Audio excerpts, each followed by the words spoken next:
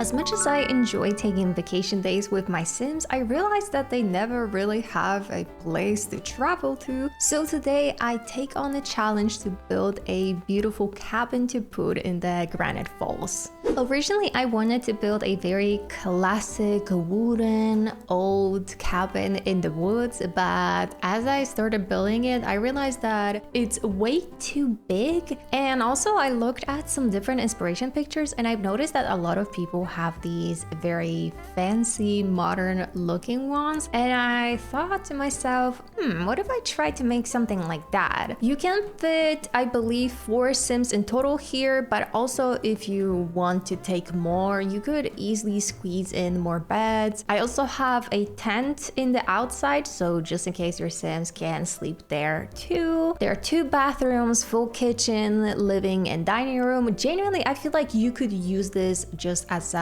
regular house and not just a vacation rental, but I did mark it in the gallery as a rental place. I kept the decorations inside and outside of the house pretty minimalistic because I figured that since this is a rental place, I doubt they would have that many decorations, both probably for like safety purposes, because I have a feeling that if you had a ton of decorations, if you were an owner of a place like this, they would very quickly no longer be there, if it makes sense. And also it's probably much easier to keep it clean when the decorations are more on the minimalistic scale. There is a really big backyard with a few activities you can do. For example, I really wanted to put that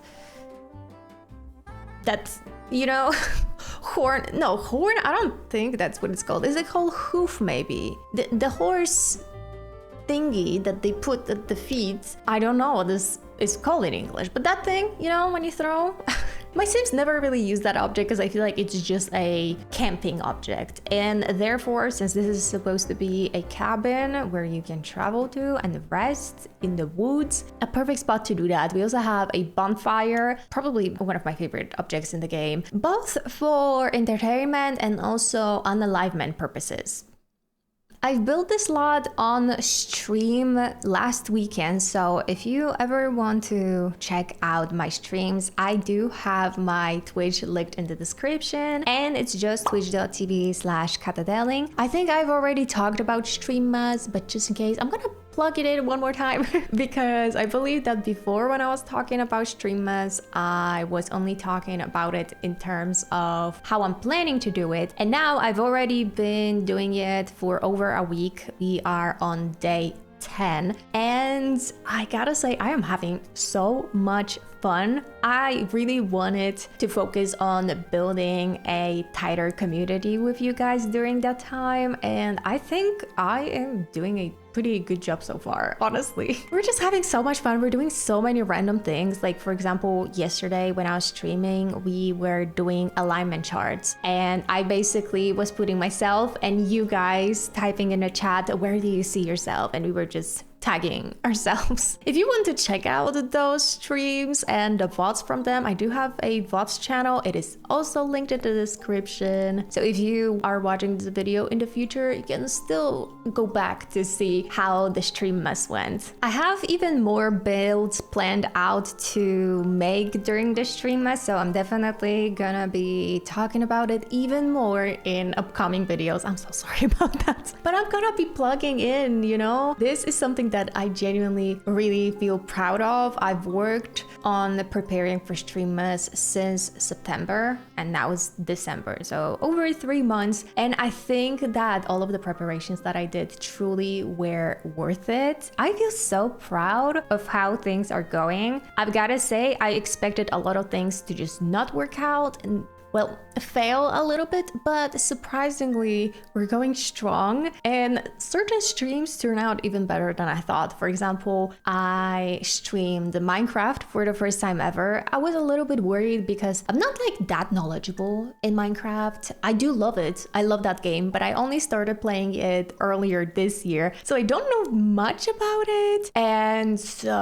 you know, I'm kind of scared of monsters, but the stream went really well, and a lot of you guys also really enjoyed it, which is just everything that I could ask for. I was also a little bit worried since I've never done something like this where I stream every single day for multiple hours. I was worried that my voice is gonna go away because I remember when I first started streaming like 1.5 years ago, I very quickly lost my voice completely. I could not talk at all, and it took me so long to get my voice back to full health. Surprisingly, I haven't had any issues with my voice this time around. I do try to keep myself moisturized, and after every stream, for example, I will drink tea. Somehow that really helps me with kind of like relaxing my vocal cords and moisturizing them. If you have any other tips and tricks on how to keep your throat healthy, especially if you have a speaking job, maybe we have some teachers right now watching this, how do you deal with that? I know some people have such powerful voices that they can just talk or sing, maybe if you're a singer, for hours and hours on end and nothing happens. And then other people have very weak voices. I think I used to have a very weak voice, but I just trained myself. And another thing that I was worried about is that, again, I never had something like this where I work every single day for multiple hours. And I was worried that it's gonna start affecting me, that I will feel super exhausted. Granted, it's only been like, what, 1/3 of the entire journey, so anything can happen. But so far I am feeling very energized, I am feeling very motivated, and I'm not feeling the need to rest yet. I did take a whole week off before I started Streammas, and I did a lot of things that I wanted to for a long time, but for lack of time and me being constantly overworked, I couldn't really do it. So for example, I finally decided to deep clean all of the rooms that I have in my house, like my bathroom, my bedroom. And it was really nice because as I was deep cleaning, I was able to catch up on a lot of movies that I wanted to see, and they were on my to watch list for a long time, but I just never got around to do it. So for example, I had the Do Revenge movie for basically ever since it came out on my to watch list, but never got around to it. And I finally did it, and I was very surprised that I actually really liked this movie. And if anything, I'm asking myself, why isn't it more popular? I feel like it has the possibility to be like one of those iconic movies, but I don't know why I don't see that many people talk about it, which surprises me. But it might also be because there are just so many movies nowadays that to make something so memorable and iconic, I don't know if it can even happen on like a streaming platform. Or maybe it can, actually. Now I'm confusing myself. To sum this up, I'm just surprised that not as many people are talking about this movie. I thought it was fun. And also the outfits in this movie, chef's kiss. I'm the type of person that I really like fashion and love looking at different inspiration. And watching this movie was just so pleasant, truly. There were so many beautiful pastel colors, so many fun silhouettes. I just felt so inspired all the time while watching this. I also decided to bake because I haven't baked in actually ever since we moved to this house, and that was back at the end of May. So for over 6 months, I have not baked anything, and I feel like that's a crime. I actually really enjoy baking. I finally was able to do it. I baked cookies, so they were chocolate chip cookies with milk chocolate and white chocolate. And also I made something that is called lemonese. I've never done anything like that before, and it's kind of like brownies, but they're lemon. So it's not really brownies, it's more like a lemon cake, but it's in the form and shape of a brownie, and that was so delicious. I'm definitely gonna be baking this again. I love lemon flavored desserts just in general. Honestly, a lot of lemon flavored things I really love. And that cake, it just hit differently. I still just remember how it tasted. And it just reminded me of how much I love baking, and I simply need to do it more often. Do you have any recipes that you love for baking? Actually, you know what? Speaking of lemonese and brownies, do you have a good recipe for brownies? Because I've tried various different ones, and I've only found one single good recipe for a brownie. But the problem is that I lost this recipe and I cannot find it again, so it's gone. And I've tried different recipes for brownies and they're just not that good, because what I really am looking for in a brownie recipe is that after you bake it, I really want the outside to be crunchy, but the inside to be, you know, nice and squishy and mushy. That's what I want, you know, the most classic brownie of them all. And I believe the last thing that I did on that week off is that I finally was able to meet up with my friend here in real life. We went to a cafe and I got myself a matcha. I really like matcha, but I haven't had it for a pretty long time. I think the last time I had it was during the summer maybe, and then before that probably like 2 years, honestly. It was really nice to catch up with her, especially because since it's December and my friend works in retail, I just know that we're not gonna be able to catch up for a pretty long time. Those of you who work in retail, honestly, my heart goes to you, because I know how busy December and the January is, or at least the beginning of January, because then it's when all of the sales start happening, and also so many people are doing Christmas shopping, last minute Christmas shopping, may I also add, right? Good luck to you. I hope you're gonna make it till the end of the year. I myself worked in retail only for a couple of months during the summer, and honestly, never again.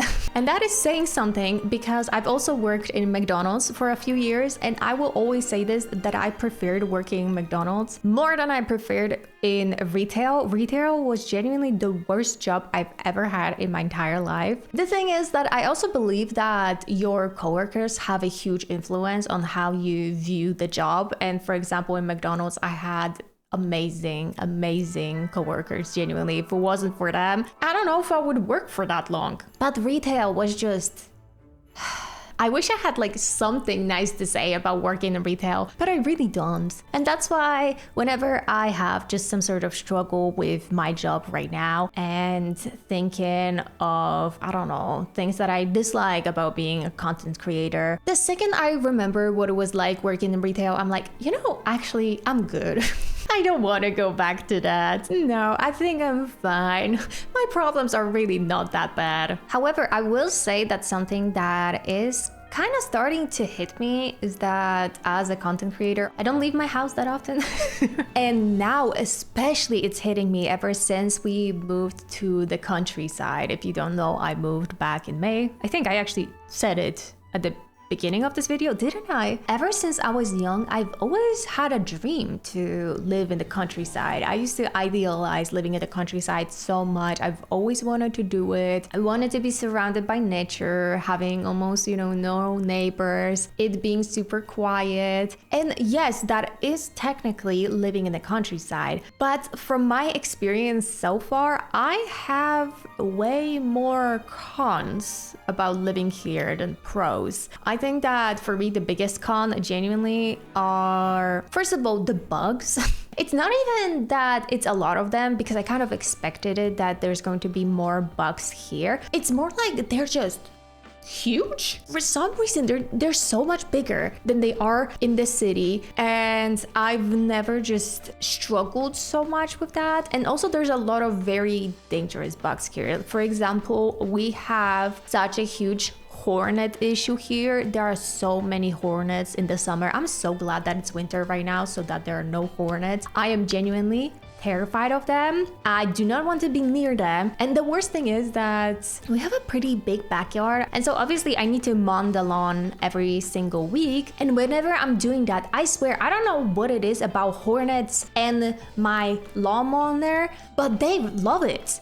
They love it. They love going right next to it, and I'm always scared that they're gonna want to attack me, because obviously the lawnmower makes a very loud sound. It's bright red. I'm worried that they're gonna think that it's some sort of threat, that it's trying to attack them. And naturally, hornets, if they see threat, they start fighting back. And I'm okay with bees and wasps. They're genuinely just really peaceful if you don't bother them yourself. But hornets, I mean, technically they're the same, but they're not, you know?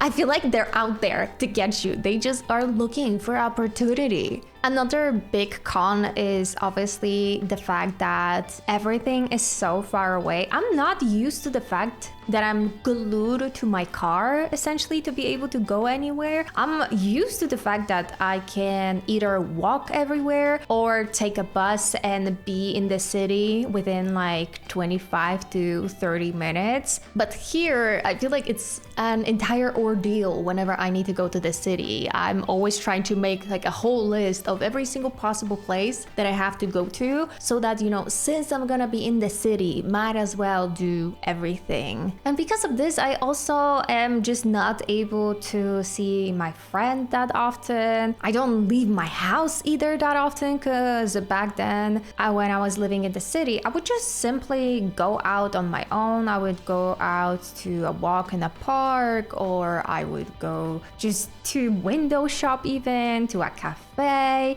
I felt, I guess, more independent and free in the city. The city that I grew up in is kind of like a medium-sized city, and I think genuinely this is like the best place to live. I'm definitely not a big city type of person. If I were to choose between living in a big city and a countryside, then I probably would choose countryside. But generally speaking, I think I'm like a medium-sized city type of person. This is where I feel most comfortable because everything is very convenient, but you don't feel overwhelmed as if you would feel in the big city. So I think that I'm probably not gonna live here permanently. I think that once I'm able to save up enough money to purchase something on my own, I want to move back to the city. I really want to live in a house, but we'll see if I'm gonna be able to afford it. Though whenever I'm looking at real estate prices and I'm looking at prices of apartments, why are they so expensive? They genuinely cost the same amount of money that a freaking house would cost. You know, maybe I'm probably gonna live in a house faster than an apartment, because the way I look at it is that I know that I want to live in a house eventually anyway, so might as well live with my parents for longer to save up a tiny bit more money, but to already move out to a house. I guess that's something that I'm really grateful for, is that I can still live with my parents. They don't mind it. We just live peacefully together. I help them out and they, I guess, help me out with the fact that I'm just able to save all of that money for myself and my future. I'm really happy about that, genuinely. Plus, I have like a personal agenda against landlords. I honestly, first of all, I've never had a good experience with landlords because yes, I did actually move out for a year from my parents and I hated living in an apartment full of strangers, I'm not gonna lie. And my landlord genuinely was so bad. And then I tried to talk to other people about their experience with landlords and renting, and I just realized that, you know, landlords are just not good people. I have yet to meet a landlord who is a good person. The only times that I feel like a landlord is a good person is when it's someone who just has like one apartment that they're renting. For example, I don't know, they've inherited that place, but they already have somewhere to live. So they just decided to rent that other spot because then they actually care about that apartment. You know, they just care about it. They don't care about simply getting money from you and scamming you. But those who live off of renting places to people, those type of landlords, absolutely the worst type of people. And because of this, I just decided that I might as well live with my parents longer, save up some money. And since my job is something I can do from home almost at any time, it's also easier to just take care of my parents because, you know, they're not the youngest, and so they do need a lot of help working in the garden because we still don't have everything finished. We have like 2/3 of our garden finished, and then the remaining 1/3 we're actually gonna take care of during the summer. I spent an entire speed build just talking about random things. Let me know if you prefer talking about like personal life type of things like this, where I just talk about myself and the fact that I really dislike landlords.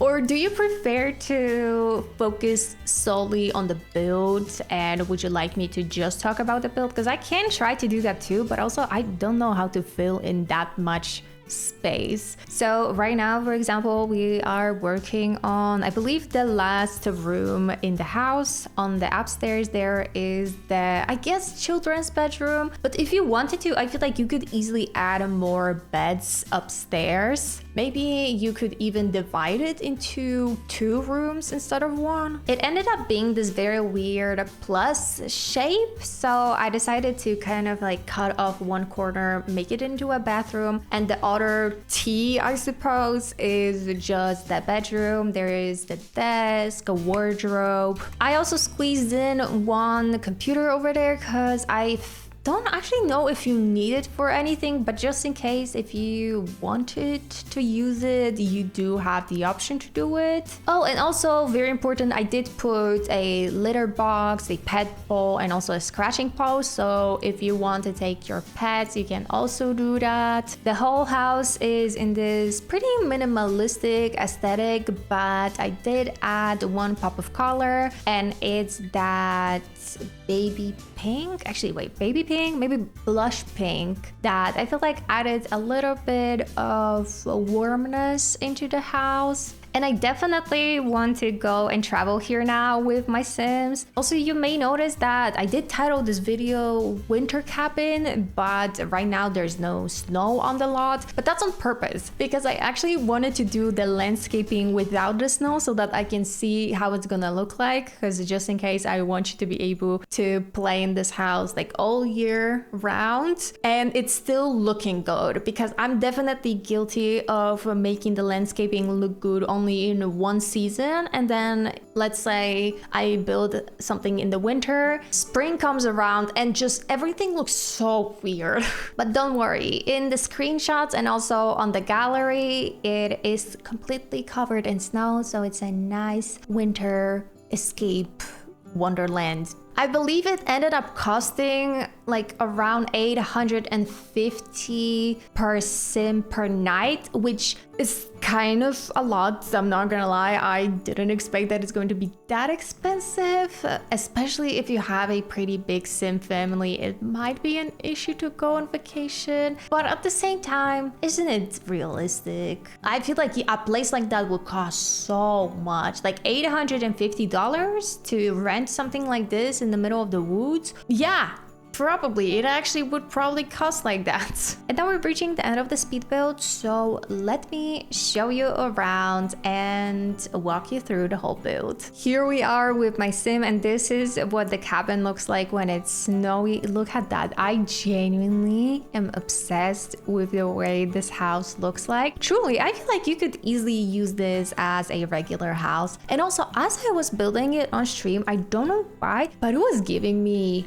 major Sims 3 vibes. So here we have the front, we have a nice chair for you to lay in, a telescope even if you want to, and in the back there is a rocking chair. We have those hoofs thingies, I don't know what this is called in English. Swing set, a campfire, and also a tent. And on the inside, we have a nice entryway, a bathroom. On the right, we have the master bedroom with an ensuite. And when you go through the middle, you have a very big open floor plan, which normally I really dislike that open floor plans. But for some reason, I feel like this actually kind of works because every single one of these spaces feels like it's their own individual little nook. Especially the kitchen, I did put the tile and kind of blocked it off from the rest of the room so that this genuinely feels like a separate kitchen space. And when you move upstairs, we have this, I guess, kind of an office area with books and a PC. And over here, there is a room for possibly 2 kids or teenagers. I'm not gonna lie, I used way too many packs in this. I apologize. Maybe next time I'm gonna try to build something limited pack. It's called Winter Modern Cabin and my username is just katodeling. If you enjoyed this video and would like to see more, make sure to subscribe and give this video a thumbs up. I really appreciate it. Thank you for being here and see you next week.